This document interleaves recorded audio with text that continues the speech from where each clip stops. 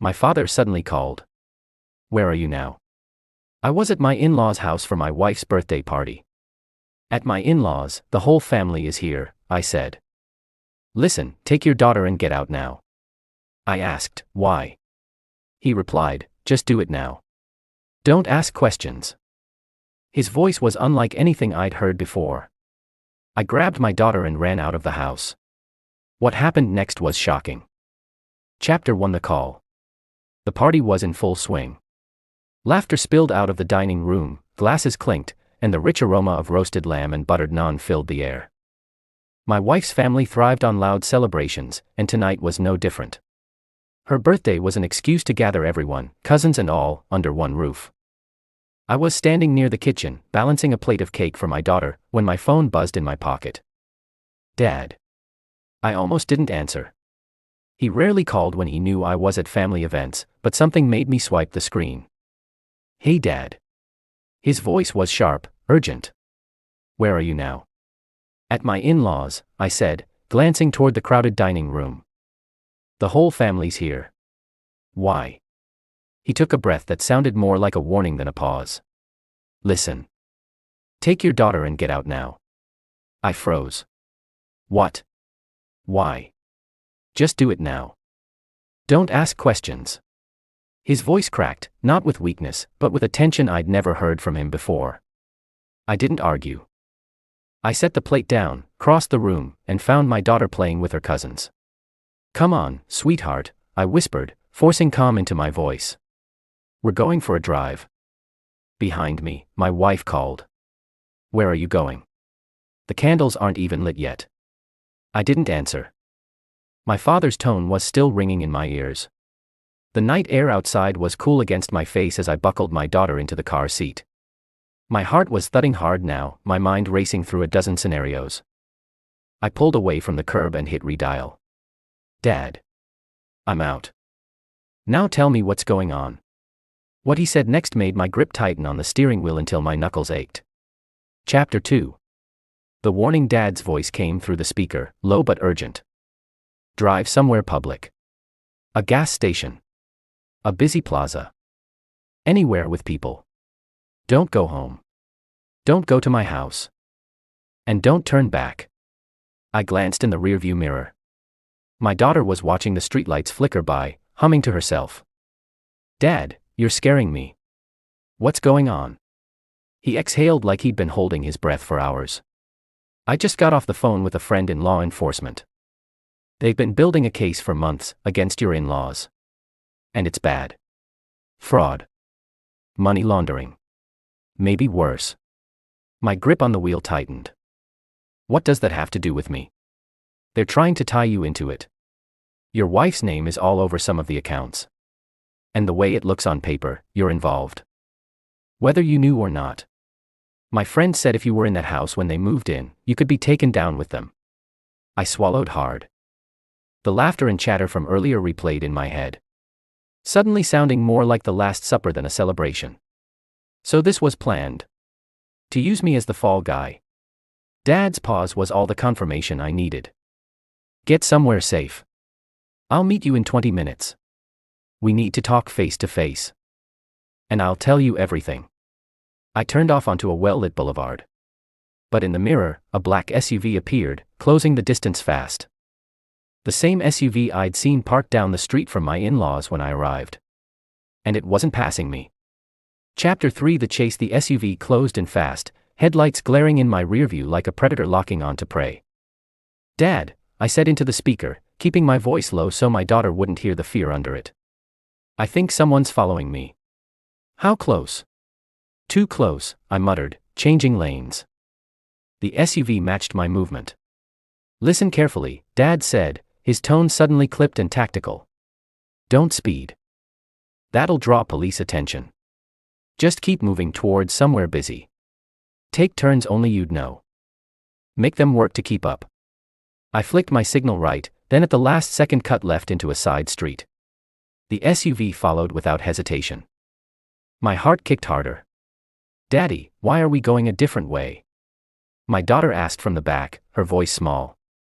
I forced a smile into my tone. We're just taking the fun way, sweetheart. A little game. But inside, I was scanning every storefront, every light, looking for an escape point.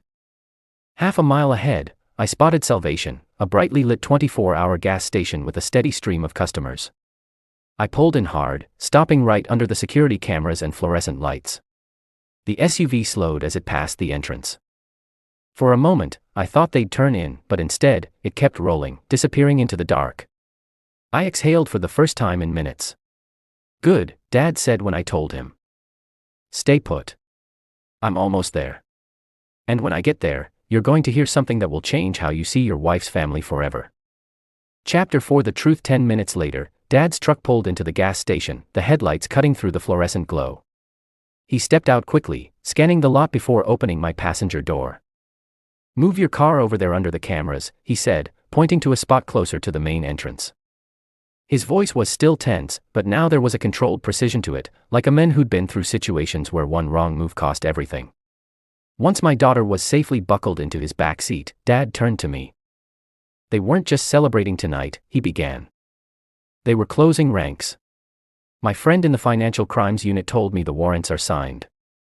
They're hitting your in-laws' house tonight, multiple agencies, and your wife's name is everywhere in the paperwork. I stared at him. But I've got nothing to do with any of this. That doesn't matter if they can make it look like you do, he said firmly. And trust me, they were setting you up. The accounts they used. Many are joint in name only. She's been moving money and the paper trail points to you. The words settled in like ice water in my chest. Dad leaned closer. If you'd stayed there, they could have planted something, cash, documents, even devices, to make you look like an active player. You'd be sitting in a holding cell right now while they tore your life apart. I thought about my wife's strange distractedness during the party. The way her father had been almost too friendly, refilling my glass. As if on cue, sirens wailed faintly in the distance. My father glanced toward the sound. That's them, he said. They're moving in now.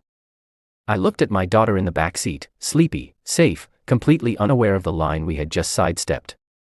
And I knew this wasn't over. Chapter 5. The raid. The sirens grew louder, then cut off abruptly, replaced by the distant thud of car doors slamming and the sharp bark of commands.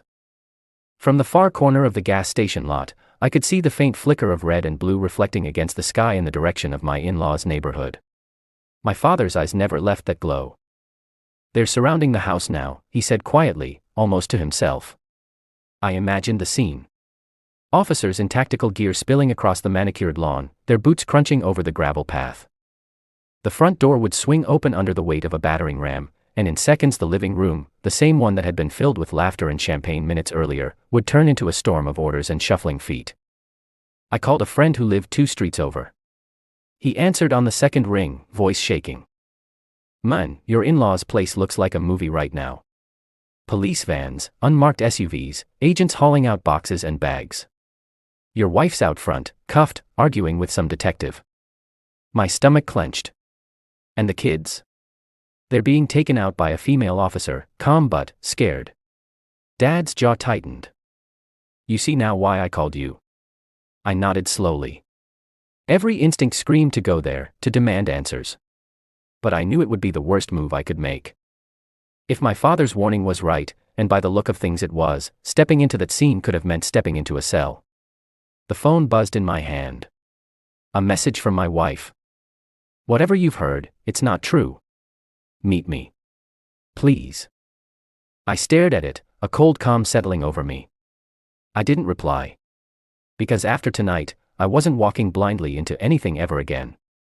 Chapter 6. The unmasking. By the next afternoon the news was everywhere. Headlines splashed across local channels. Prominent business family at the center of federal fraud investigation. I sat in my father's study, my daughter in the next room drawing pictures with my stepmother, while Dad slid a manila folder across the desk. This is from Harris, he said, his friend in financial crimes. It's everything they have on your in-laws. And your wife. Inside were page after page of bank statements, wire transfers and contracts, each one a little knife twisting deeper. My wife's signature appeared on multiple offshore account authorizations. She'd been a joint signatory on real estate deals that were nothing but shells to wash dirty money clean. One folder tab was labeled, Hayes Setup. Inside, I found something that made my chest go cold. Forged loan agreements and fake consulting invoices, all with my name, all linking me directly to the laundering network. If the raid had happened with me there, they could have claimed I'd been complicit all along. They were going to dump this on you the moment the investigation got too close, Dad said grimly. Make you the scapegoat while they disappeared with whatever they could salvage. A wave of betrayal hit harder than the fear ever had. This wasn't just greed. It was planned, calculated. My wife had stood beside me at dinners, smiled at me across the table, tucked our daughter into bed, all while building the narrative that I'd be the one to take the fall. I closed the file slowly. She thinks I'll still protect her. That she can talk her way out. Dad leaned back. Then maybe it's time she learns exactly who she's dealing with. And in that moment, I knew. I wouldn't just defend myself. I'd make sure she never had the chance to pull something like this on anyone else ever again. Chapter 7. Laying the groundwork the next morning, I was at Harris's office before the coffee in his mug had cooled. We went over everything again. Every signature, every forged invoice, every offshore account that carried my name without my consent. This is enough to clear you, Harris said, tapping the stack of evidence. But if you're thinking about going beyond that, we need to make sure it's bulletproof. She's going to fight for her reputation as hard as she fought to destroy yours. I nodded. Then we make it so airtight the fight never even starts. First step. Public Defense Harris arranged for me to give an official statement through the DA's office, making it clear I was cooperating fully and had been instrumental in uncovering the scheme. It was dry, formal, and perfect. It painted me as the whistleblower, not the suspect. Second step. Civil Leverage Mark, my attorney, filed a preemptive civil claim for damages against my wife, citing fraud, identity theft, and intentional infliction of emotional distress. This move froze any assets she still had access to, pending litigation. Third step. Social proof. Quietly, I let certain mutual friends, ones she'd never suspect of being in my corner, discover parts of the truth. The court documents were public record now, and it didn't take much for the right screenshots to start circulating in group chats. Her carefully crafted image began to crumble without me saying a word. Through all of it, I didn't contact her once. Not a text. Not a call. If she wanted to talk to me, she'd have to go through my lawyer, and by then, every conversation would be on the record. By the end of the week, her messages had shifted from defensive, "You don't know the full story," to desperate, "Please can we meet?" But I wasn't interested in her version anymore. The trap was set, now all I had to do was let her walk into it. Chapter 8. The confrontation had happened on a Tuesday afternoon. I'd just left a meeting with my attorney when I saw her, standing near my car in the parking lot, arms folded, sunglasses hiding most of her face. "Daniel," she said the moment I approached, her voice strained but attempting softness. "We need to talk. Alone." I stopped a good 6 feet away. "You know the rules. Anything you have to say goes through Mark." She glanced around, lowering her voice. "This isn't about the case, it's personal. You have to believe me." I didn't mean for things to go this far. I said nothing, letting the silence stretch until she started fidgeting with the strap of her purse. Finally, she blurted it out. "They were going to take me down too. I thought if I played along, I'd be safe. But when you left that night, they turned on me. I need your help, Daniel." I almost laughed, not because it was funny, but because of the sheer gall. "You set me up to take the fall for crimes you knew about and now you want me to save you." Her jaw tightened. "If you don't, I could tell them things that make you look bad too." I stepped closer, just enough for her to see the calm in my eyes. "You mean the things they already know? The things Harris and the DA's office have documented, time-stamped, and tied directly to you?" Her face went pale. I pulled a folded sheet of paper from my jacket and handed it to her. "That's the notice of my civil suit against you. Fraud, identity theft, and damages. You'll get the full packet from my lawyer by Friday." She stared at it like it was burning her fingers. You can't." "I can," I said, turning away. "And unlike you, I don't bluff." By the time I reached my car, she was still standing there. Not the arrogant woman who once told me I had no choice, but someone who'd just realized every door she thought she controlled had been slammed shut. And I hadn't even begun the final stage yet. Chapter 9. The final blow. 2 months later, the final stage came together like clockwork. The DA's case against my in-laws was airtight, and my civil suit against my wife was moving forward without a hitch. But I wanted to make sure her reputation, the one she'd built on manipulation and lies, was beyond repair. That's when Harris called. The press is requesting the public release of non-confidential evidence in your case. If you approve it, the court can release the documents. I didn't hesitate. Do it. Within days, local news stations ran headline after headline. Court documents reveal extent of fraud plot. Attempt to frame husband. They printed excerpts of her emails, the forged contracts, and most damning, her own words discussing how she'd make him look unfit for custody. Social media tore her apart. Former friends posted thinly veiled stories about people who use their own children as bargaining chips. The photos she once flaunted of lavish vacations and expensive gifts became evidence of ill-gotten gains. Financially, she was cornered. The civil suit froze her last remaining accounts, and the judge ordered restitution payments directly to me once her assets were liquidated. She had no choice but to sell her jewelry, her car, and even furniture to scrape together the first installment. The last time I saw her was in court, when the judge finalized the settlement. She owed me full damages for fraud and identity theft. She was barred from any contact outside of supervised visitation with our daughter. She was legally required to issue a public retraction of her accusations. As we left the courthouse, she wouldn't look at me. Not because of shame, I don't think she was capable of it. But because she knew there was nothing left to play for.